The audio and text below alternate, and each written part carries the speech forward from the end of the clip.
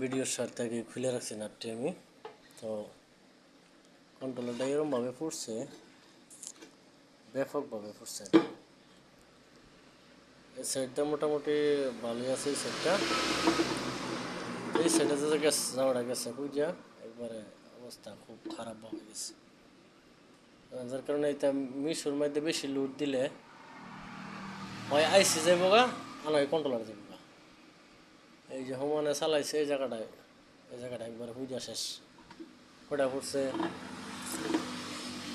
1 2 1 2 3, এটা হয়ে গেছে সাইডটা আর তাপ খায়া আরো দুইটা নষ্ট হয়েছে।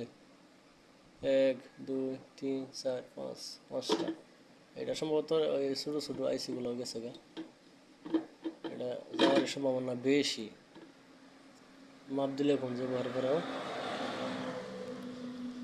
যারা মিশু চালায় আর কি, সাবধানতার মধ্যে চালানো লাগবে। সাবধানতার মধ্যে না চালালে এই যে এরকম, এই যে কালি হয়ে গেছে একদম একদম কালির মতো ফুড্ডা বাড়ি গেছে।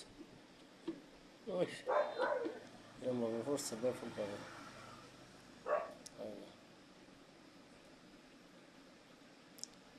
এটা ঠিক করার চাই মনে করি যে নতুন লাগানিটাই ভালো সবচেয়ে।